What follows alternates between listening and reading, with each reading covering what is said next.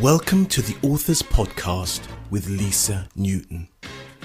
Writing a book is a dream for many people, and in today's society, it has become easier and more important than ever. If you are an expert, speaker, coach, or an authority in your field, having a book is the new business card. It can increase your credibility, enhance your status, and make you the go-to person in your field, opening doors and bringing a flood of opportunities straight to you. You can increase your fees and start choosing the clients you really want to work with. The Authors Podcast show with Lisa Newton is designed to inspire, educate and inform you, both entrepreneur and individual, on how to write a book, as well as writer's tips and strategies on how to actually get that book written. On today's show, you learn more about how to write a book, including writing ideas, marketing, and how to succeed in getting a book written. Here we go with the Authors Podcast, and here is your host, Lisa Newton.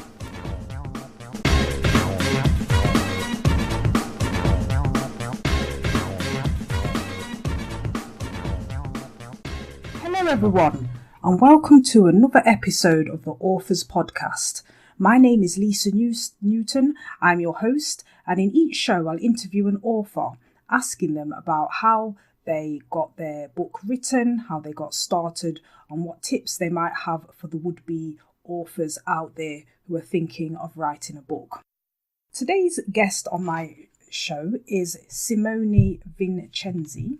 He is known as the Italian Stallion of the speaking industry. Simone is the co-founder of GTeX Community and the lead facilitator of Explode Your Coaching Business. He's been featured on TEDx and recognised as one of the most influential migrant entrepreneurs in the UK and awarded Speaker of the Year 2016 by the ACPTC. Fed up with the dirt of the personal development industry that no one talks about, he believes in changing the industry through the creation of a supportive and genuine community of coaches and speakers, helping them to create seminars that convert while delivering incredible value to the audience. Successful from a young age, Simone Vincenzi, he was one of the youngest Micheline Star restaurant managers in Europe. He transitioned from working in the catering industry to building a six-figure coaching practice and shares tools with his clients to allow them to grow from £0 to £100,000.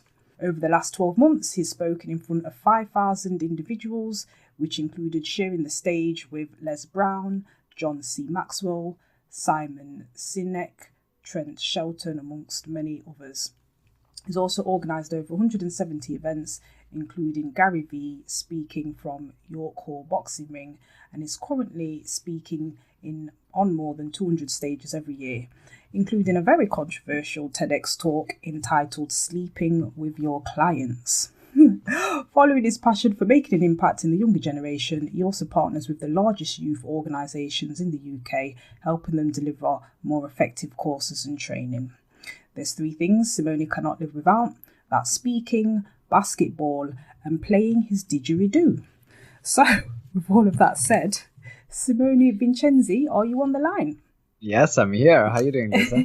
I'm very good. Thank you very much for being a guest. Hi, thank you for inviting me. It's a pleasure being here.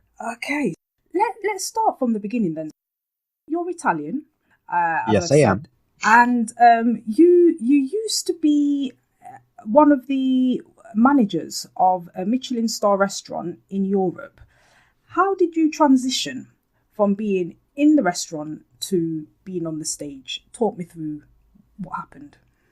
Yeah, it's a journey that took 5 years. That transition. It wasn't like the story, yeah, today I'm a Michelin star restaurant manager and now I'm an international speaker. No, it didn't happen that way. I personally loved the catering industry, and that was my passion, was my biggest passion. And then I found, because I started working there from a young age, started at the age of 14. At the age of 22, I wanted to find something different. Because if you think about that, I already had an 8 years career. And I wanted to find something different, and I started attending seminars. And when I sat down, I still remember the day I was in the front row of that seminar, and I said, one day I want to do what this guy is doing. I don't care. I want to do what this guy is doing. Sounds cool. I'm helping people. Also, I've always been a bit of a showman. And for me, the stage is what I love. I love being in front of people, and I love helping people. So I started training as a coach, and then I went through a lot of speaking training, and then I started running my own events, and I started running more events, and I started running more events, and I started running more events, and that's how I became where I am now. Okay, excellent. So you're also, I haven't mentioned yet, the author of several books, including 69 buzzing questions to turn your life upside down. And you've got Explode Your Coaching Biz coming out shortly. Tell me how you got into the book writing. It's really interesting. I'm very externally motivated. So I think that it's important for people to know what motivates them. And for me, I'm very externally motivated, which means that if I see some people that have stuff that I don't have, then for me is a drive to get them if I think they are important, if I believe they are important. So I was there at 22 when I started my journey, and I was surrounded by people that were already running really successful coaching and speaking businesses. And I saw that they all had a book. Okay. And I said, well, why do I have to wait to 10 years? Because they were all like 10, 20 years older than me. So why do I have to wait 10, 20 years to write a book? Why can't I do it now? So I sat down and set myself the challenge to write and publish a book in 30 days. Wow. And I said, in 30 days, I'm going to write and I'm going to publish that book, and I'm going to, and it's going to be able, in 30 days, someone can order it online, and I can order my first copy from Amazon. And then I sat down and I started writing. So tell me about that process, just sitting down and starting writing. So would you write every day? Would you write for hours? How did you do it? Every day. I will write every day, and I will schedule about 2 hours a day and write it. So I set myself for a first book, not a massive, an enormous, giganormous goal. So I didn't want to write a 5,000 pages book. I didn't want to write an encyclopedia as my first book. And I think that this is the mistake that a lot of people make. Yes. They think that their first book needs to be this majestic some masterpiece. Yes. Okay, so what can I do to write so I can have my message out there? And in the meanwhile, I'm learning the process of writing a book. And I said that I wasn't going to write a book that was longer than 100 pages. And also that was very simple to read and to write. So when I thought about that, I said, well, what is really simple to read and write? I said quotes. Okay, quotes. But then I thought, well, if I just write quotes, that's not really a book. I mean, it's a collection of stuff. And I said, okay, how can I make it a book? And then I decided to take quotes that were really important for me, that made an impact in my life, that I was influenced by at that moment. And then I put my own spin. So on one page, there was the quote. And on the other page, there was the meaning of that quote. And that was the more descriptive and narrative part of the book, where I was putting my own input and how that quote impacted my life. And that's how other people can use that concept to impact their life. Okay. Okay. No, amazing. And so, and what was the title of that first book? That was 69 buzzing questions to turn your life upside down. And a lot of people were like, so there is a big 69 in red in the cover, if you can imagine the cover right now. Yeah. And people were like, oh, why 69? And it's not what many people think. When people think about 69, they think about something different, but it's not that. 69 for me actually had a big meaning in my life. And when I was at school, I wasn't really that great because I decided to dumb myself down to be accepted by other people and my peers. And when I was in Italy, what happened when you finish your high school, you have an exam, a final exam, and you can have a score from 0 to 100. And the minimum to pass this exam is 60, which then will give you your diploma. And then the top is 100. Is 100. It's almost like a A plus, right? Yeah. That's in English terms. And all my teachers already told me that I was going to get out and I was going to leave with a 60 and a kick in the butt just to get me out of the school. Mm-hmm. But I put so much work in the exam that during the final interrogation that we had there was all my teachers left astonished. They were like, wow. It's like, how did you come up with this stuff? Like, well, you were the dumb kid at the back of the room. And I'm like, no, I just wanted to be dumb because I wasn't bothered. Yeah. And so they gave me 69 as a joke because they wanted to give me a vote between then now 68 and 70. And then my philosophy teacher said, well, give him 69 so then he can have we can have a laugh with his friends. and that's really what happened. So for me, that number meant something that people judged me for, but then I exceeded their expectations. So it was a reminder for me to always exceed other people's expectations. You were listening to the Authors Podcast with me, your host, Lisa Newton. You can email me, lisa@lisanewton.co.uk. And remember, we have the Inner Circle, which is for writers just like you, and you can join us at writeabook.net.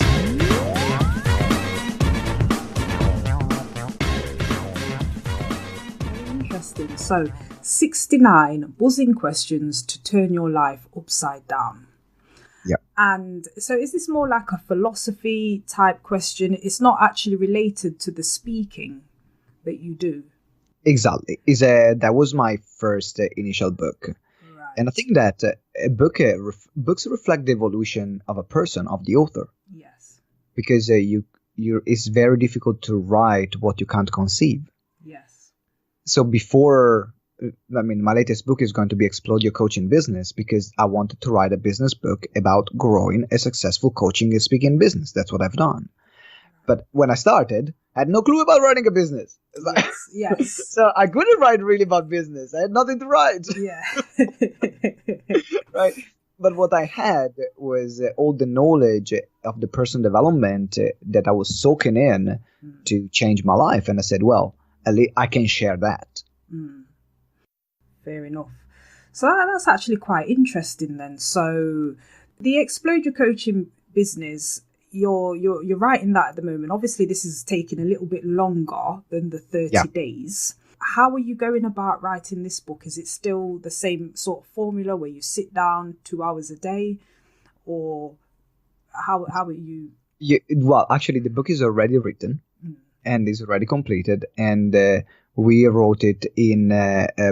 The challenge that we set ourselves was to write it in 14 days this time, but a much bigger book.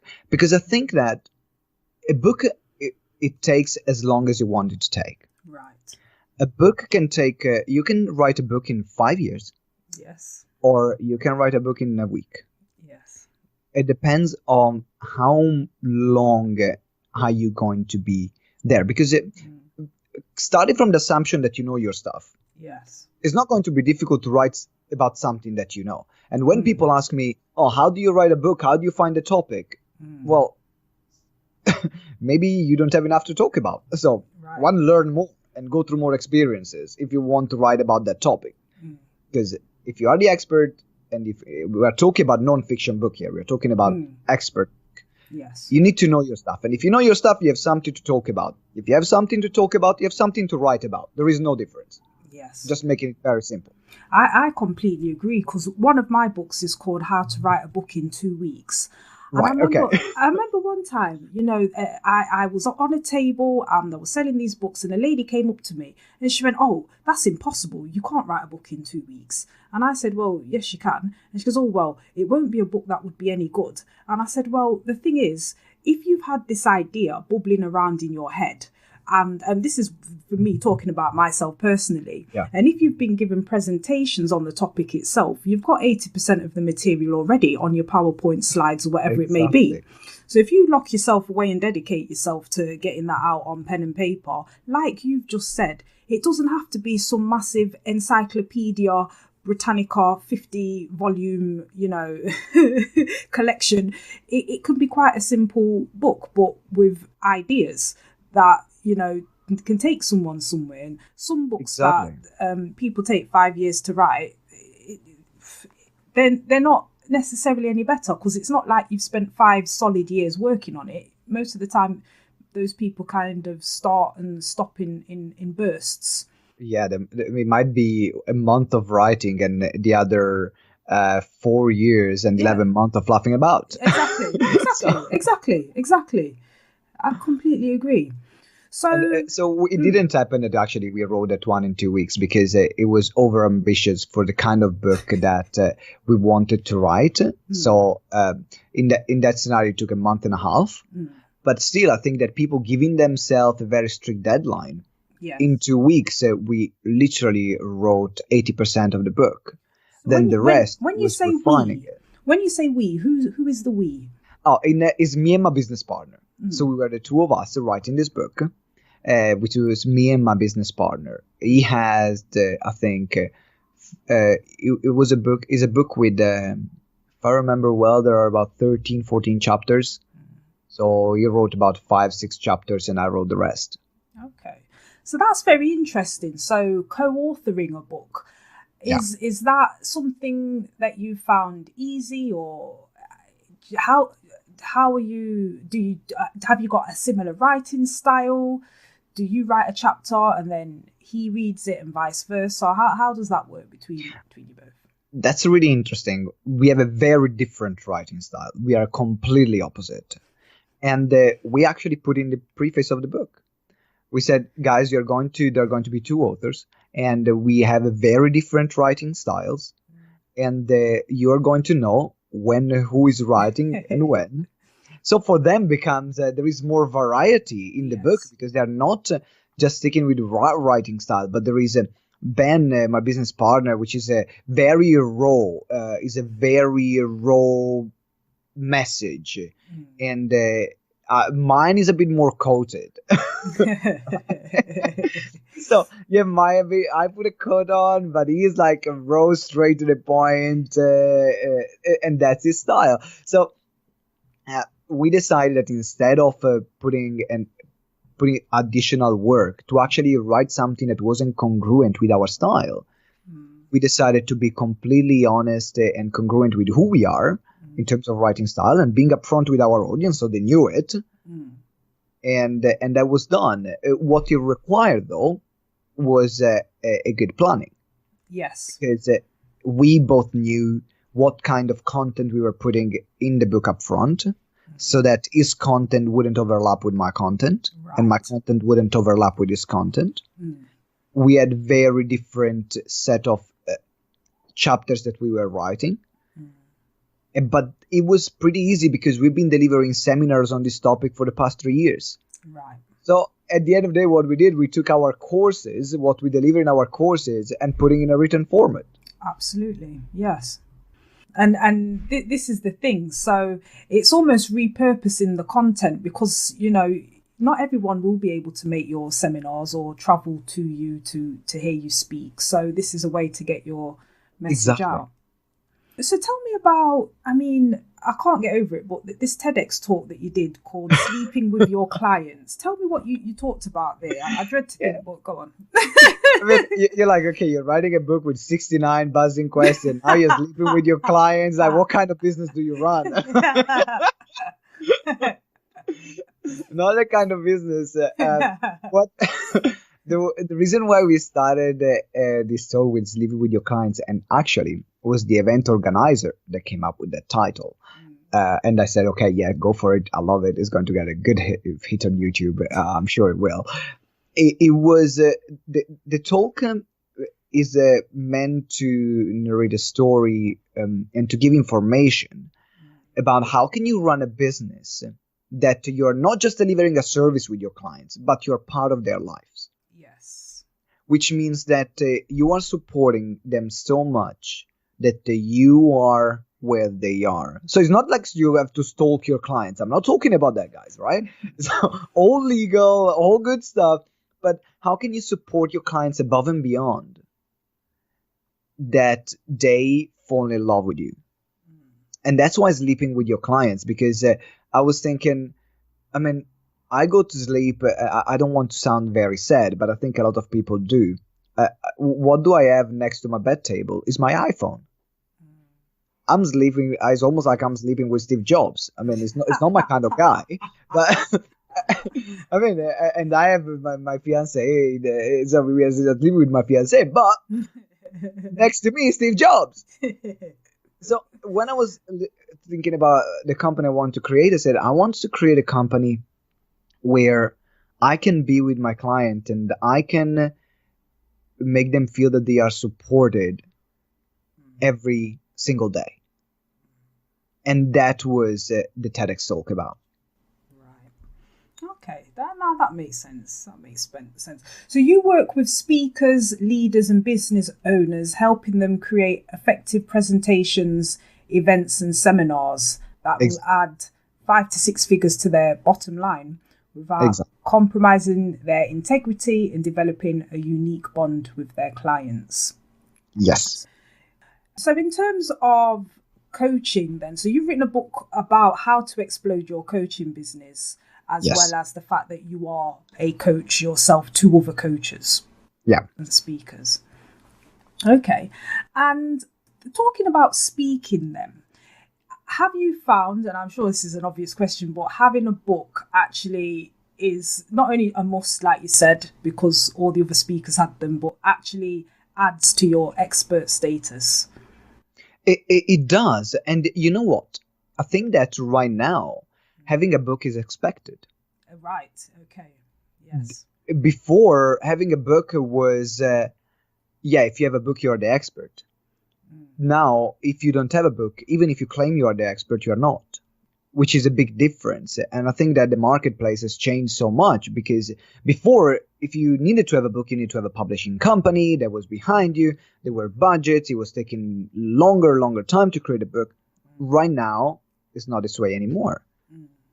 Everyone can be an author because they can self-publish their own books. They don't need to have a publishing company that is sponsoring or being behind them and also dictating what they have to write and what they have not to write. Because a lot of people have this thing, I want to be published by a publishing house. But you got to understand that they are in control of the content. Yes. And they have this final say if that book is going to be published in that way or not. And also, you're going to earn peanuts from a publishing house. So unless you sell millions of copies, then it's actually probably worth right now self-publishing. Yeah, absolutely. No. at the moment, right? Yeah, no, it's interesting you say that, because I wanted to talk to you about self-publishing. And, I feel there is an air of snobbery, with some people where they feel like, I've got a publisher, or, that kind of attitude. But like you rightly said, if it is, looking at the bottom line, then chances are you'll actually probably make a lot more if you did self-publish as opposed to go through a publisher. Exactly. And also, if you have a book first, that right now publishers don't even look at you if you haven't published a book before. Or if you don't have a big following. So even to get into a publisher, then they are asking you, okay, so do you have other publications? What's their reach? How many copies have you sold? Because that's what they're interested in. Yes. Right? If you're looking at a publisher point of view, they're looking at how can I make the most money from this book? Yes. They don't care about if it's the book that can change the world right now. They care, can I make more money with your book? Exactly. And that's the funny thing about it, because if you've worked hard and you've got a following and you've got fans and, you've sold the books and you've done all the marketing and done all of that yourself, along will come a publisher that will say, oh, let us publish that for you and just take all your royalties. Yeah. Exactly. You built up the following, Exactly. So But also then there might be a point where actually that publisher can add an additional reach that you might not have. Yes. So again, it depends from your business model. Most of the time, your business will earn from the credibility and expertise that having that book and that big reach will get. Because suddenly, if you have a publisher that is behind you, and then you can reach New York Times bestsellers, and then you are invited to speak in TV shows all over the world, that's worth it. Because that publisher might be able to give you the reach that you're missing, but they are not looking at small fishes. No. They're looking at people that have huge followings and people that have already an history, a credibility, because they know that in this way their book is going to sell. Yes, absolutely. So I personally recommend everyone to self-publish, and also, I mean, I personally, for 69 Buzzing Question, I never done any promotion of it, never. Online, you really can't see anything promotionally done because I wasn't bothered about that. But through my seminar, I sold more than 1,000 copies. Wow! If you're looking at 1,000 copies sold through my seminars, £10 a piece. Yeah, I'm happy. Right? Absolutely. And I think I sold 2 copies via Amazon. So I'm not. Now, the next book, we're going to put a lot of good marketing strategy behind that because we want a lot of online sales. But even if you're not this marketing genius and you buy your copies and you sell them at your events, seminars, when you meet your clients and so on. You were listening to the Authors Podcast with Lisa Newton. Please do subscribe to, like and share this channel. And you've also written a chapter for another book called Your Success. Yes. So how did you get into that? Because I think that's very interesting. And I actually think that that's a good strategy for those people out there that, fancy actually writing a book, but maybe don't want to do the whole lot. They could contribute a chapter to a book that's in print. Because I've done that myself. I wrote one of the chapters for a book called Cash Flow Magic, and I wrote the book about cash flow and how to create a cash flow forecast because that was my specialism. Yeah. In the Your Success chapter, how did you come across the opportunity to be included within that book? That actually was thanks to the PR person that I was working with at the moment. I remember I was coaching a client and we were doing an exchange at the time, and she was working in PR. And I said, I'll give you a discount if you help me out with my PR. And every now and then you put me forward for opportunities that are relevant to me. Okay. And one afternoon, she came back to a message and said, I've seen this ad or people for Mitra Publishing, which is a publishing house, that is looking for authors to write a new book called Your Success. Would you like to be part of it? And I said, why not? Like, great. So the publishing deal was crap because I literally had no royalties from the book sales. But the only thing that you could buy your books, they were selling the book for £25. You could buy it for £15. Right? That was the only deal of being part of that. But Mitra Publishing was sponsored in that book in particular by Health Magazine. And I personally don't care. So I haven't seen a penny from that book. But I sat down, they accepted me and the chapter, and that was a chapter about finding your purpose. They accepted me, they accepted the chapter, and I wrote it, they loved it, and they put it out. So suddenly I can put on my marketing material as seen on Health Magazine and published by Mitra Publishing. Absolutely. Right. So sometimes you might not have a financial return, but your brand return, it will be something that you can use for the rest of your life, the rest of your career. Exactly. Yes, I like that. The brand return. Excellent. So I just came up with this concept, brand return. Make a note. Yeah. For people just tuning in, I am talking to Simone Vincenzi. He is the co-founder of GTeX Community. He's been on the stage with many well-known speakers as well as talking at a TEDx talk. I want to talk about the TEDx, Simone, because to me, that's like the ultimate sort of speaking platform. Right. And well done as well for because you was awarded Speaker of the Year 2016 by the ACPTC. So clearly you are very good on the stage. So what was that like? Speaking at TEDx, was it nerve-wracking?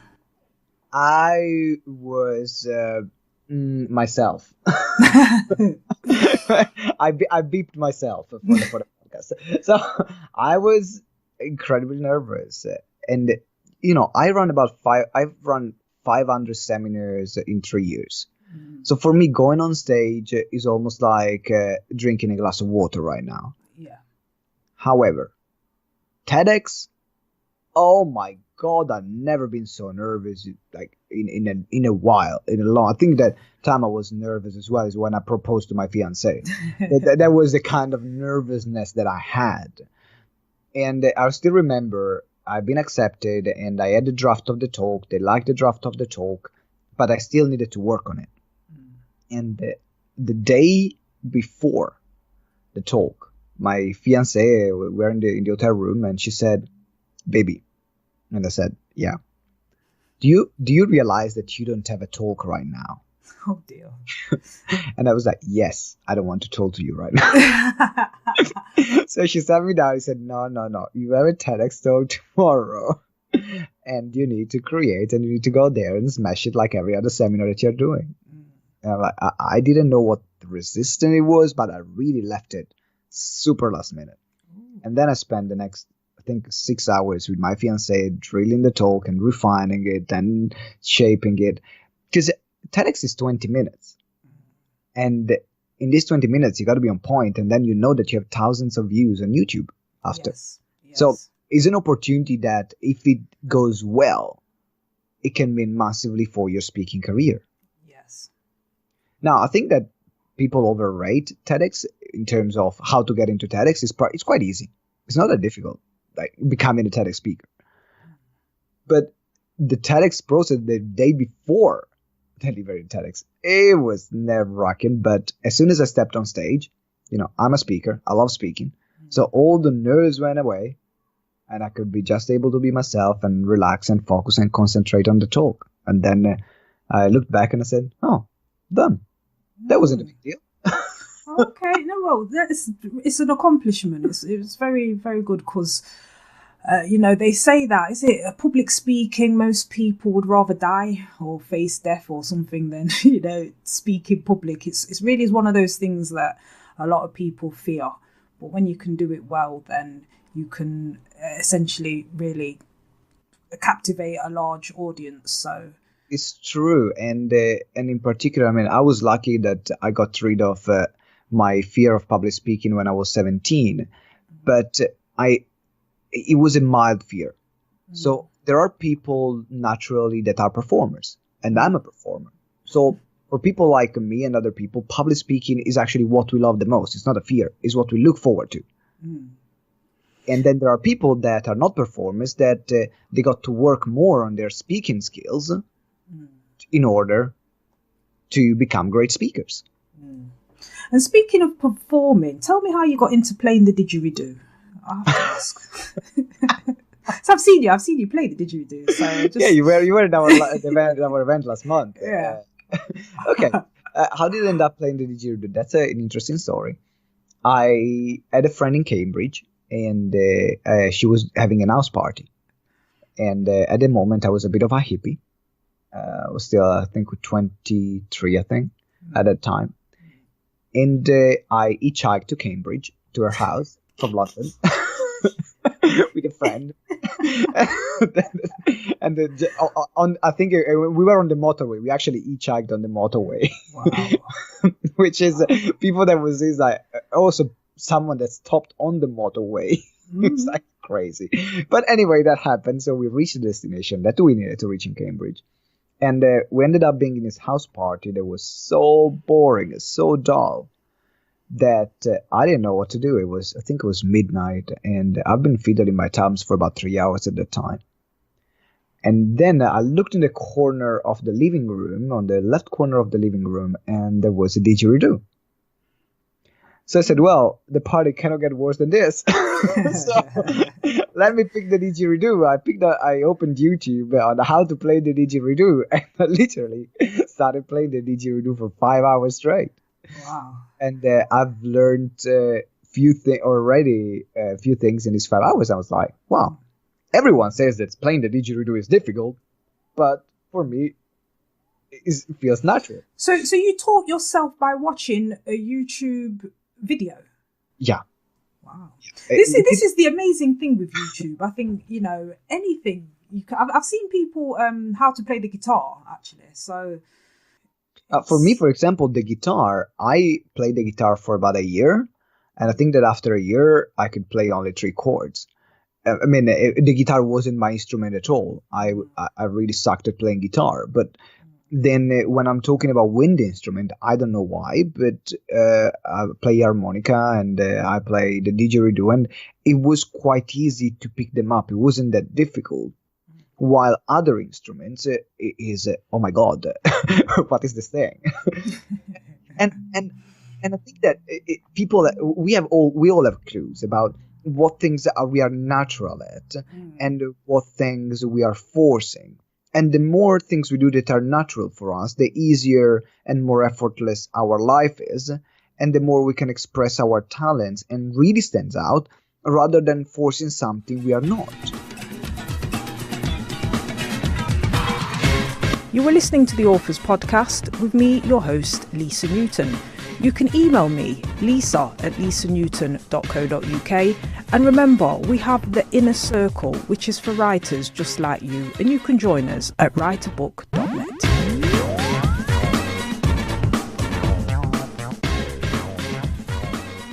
Okay, so listeners, I am talking to Simone Vincenzi. He's the co-founder of the GTeX Community. Simone is the lead facilitator of Explode Your Coaching Business. He has been featured on TEDx and recognised as one of the most influential migrant entrepreneurs in the UK. He's written various books, including 69 buzzing questions to turn your life upside down, and out very soon, Explode Your Coaching Business, which will be available on Amazon. And Simone, tell us if the listeners are interested in perhaps attending one of your seminars, workshops, how they can work with you, how they can get involved, your websites, etc. Yeah, thank you very much, Liz. I appreciate that. If someone wants to get in touch with me, there are 2 places where you can go. One is our website, where you can find all the events listed there. And the website is www.gtex.org.uk. And if you want, you can put a /events, but also they are in the homepage. And so if you're a coach or a speaker or a trainer, you want to grow your business, these events are incredible because we are not only giving you information, but it's very interactive, it's very practical, as you have experienced last time. Yes. You don't spend much time sitting down. No. Let's put it this way. And it's not this hype rah that you're jumping up and down. No, I don't like that. It's a facilitative workshop to give you the skills that you want. And the other place that you can find out, connect with us, is our community on Facebook, which is our Facebook group, which is Explode Your Coaching Biz.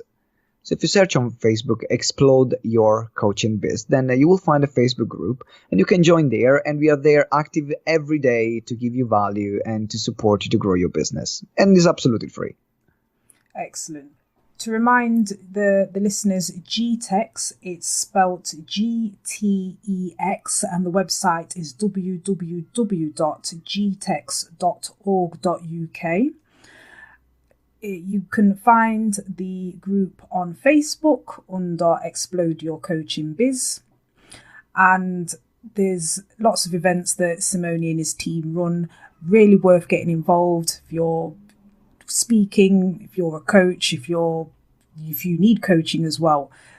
It's a good group to be involved with. Okay, Simone, any final words? For everyone who is thinking about writing a book, stop thinking, start doing. There you go. Fantastic. Okay, so There we have it. So that was Simone Vincenzi, author of 69 Buzzing Questions to Turn Your Life Upside Down and Explode Your Coaching Biz. Simone, thank you very much for joining me. And for the listeners out there, I do hope you've enjoyed our session, and I hope you'll tune in and speak again. Thank you. You have been listening to the Authors Podcast with Lisa Newton, sponsored by Boogles Limited. Tweet the show at Boogles_books, spelled BOOGLEZ_books. You can also contact your host via the email address lisa@lisanewton.co.uk. And if you want to join our authors community, join the inner circle at www.writeabook.net. You have just been listening to the Authors Podcast with Lisa Newton. See you next time.